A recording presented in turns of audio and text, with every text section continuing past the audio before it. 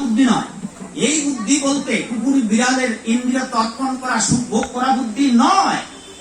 এই বুদ্ধি বলতে কেবল কৃষ্ণ ভাবনার বুদ্ধি, কেবল ভগবানকে ভাবনার বুদ্ধি। সেই জন্যই বলেছে সকল জন্মে পিতা মাতা সবই পায়, দুটা জিনিস কোনো জন্মেই পাবেন না, এক গুরু আর দুই গোবিন্দ। এই মনুষ্য জন্মে এসে যদি আপনি ভগবানকে আরাধনা করার বুদ্ধি না রাখেন মা বাবাকে, তাইলে ধর্মপরায়ণ যদি না হন, যুধিষ্ঠির মহারাজ মহাভারতে বললেন ধর্মহীনাভি পশুভি সমানা। যদি ভগবানকে ভালোবাসার বুদ্ধি আমাদের না থাকে, তবে ইউ আর অনলি এনিমল। মানুষ একটা দ্বিপদ জন্তু, মানুষ একটা দ্বিপদ পশু। আপনার দুর্লভ মানব জীবন পেয়েছেন, এবার ভাগবতে দুটো প্রাণীর উদাহরণ দেওয়া হয়েছে। আর এই প্রাণীকে ঠিক উকুন যেমন আপনারা চেনেন মাগো, তেমনি করে ভাগবতে, সোজা ভাগবতে দুটো প্রাণীর নাম আছে, যেগুলো আপনাদের গ্রামে গঞ্জে সবাই চেনেন। যদি গোবিন্দের ভজনা না করেন, সাধুর কথা মতো না চলেন, ভাগবতের সিদ্ধান্ত মতো না চলেন, কেবল স্ত্রী পুত্র পরিবার পরিজন নিয়ে প্যাকটা নিয়েই ব্যস্ত, আত্মীয় কুটুম্ব নিয়ে উদর ভরণে নয়, তবে আপনাদের দশাটা হবে এই দুটো প্রাণীর ন্যায়।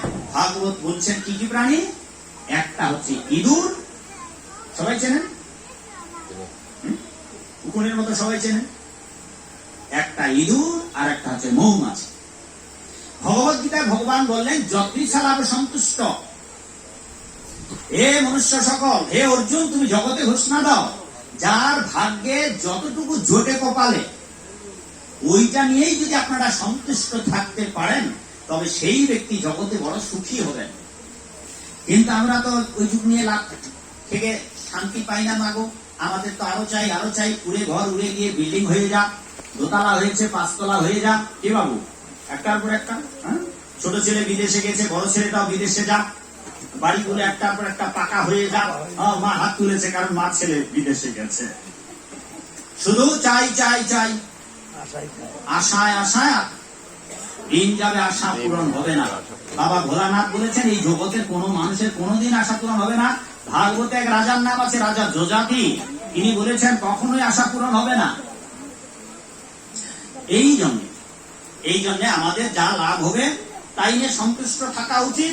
আর আপনি যদি মনে করেন how much earn money, how much enjoy, how much families develop, this that নিয়ে ব্যস্ত থাকেন, কি করে জীবনটাকে ভোগ করব, কি করে আরো সুখী হব, কি করে বিদেশ থেকে টাকা কামাই করব, কি করে মাছের আড়তে গিয়ে, বাবু তো গিয়েছিলেন সকালবেলায়, টাকা কামাই করব, বসে বসে একটু খাবো, বিল্ডিংটা আর একটু ভালো করে দেব, কেবল এই চিন্তাই নিয়ে যদি ব্যস্ত থাকেন, আর খালি ধন সম্পদ খালি জমাতেই থাকেন, তাহলে ভাগবত বলে দিলেন পরিণামটা আপনার হবে ইঁদুর নয়তো মৌমাছি দশা।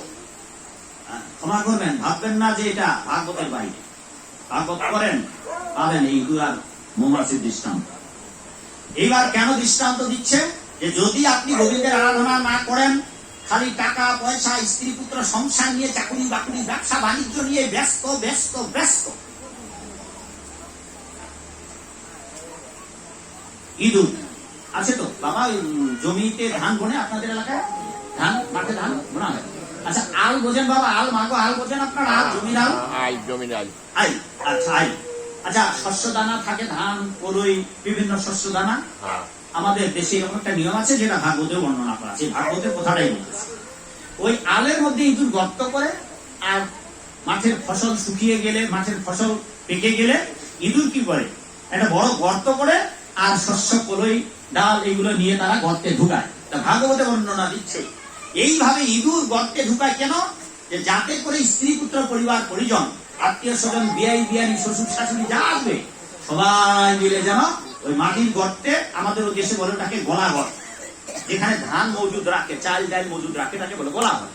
ইঁদুরেরা কি করে ওই আলের মধ্যে গর্তে জমা রাখে যাতে করে সারা বছর খেতে পারে। ভাগবত ব্যাখ্যা দিচ্ছে, পুরাণ ব্যাখ্যা দিচ্ছে পরিণামটা কি হয়। এই ইঁদুরের ওই চৈত্র মাস যায়, বৈশাখ মাস যায়, আসে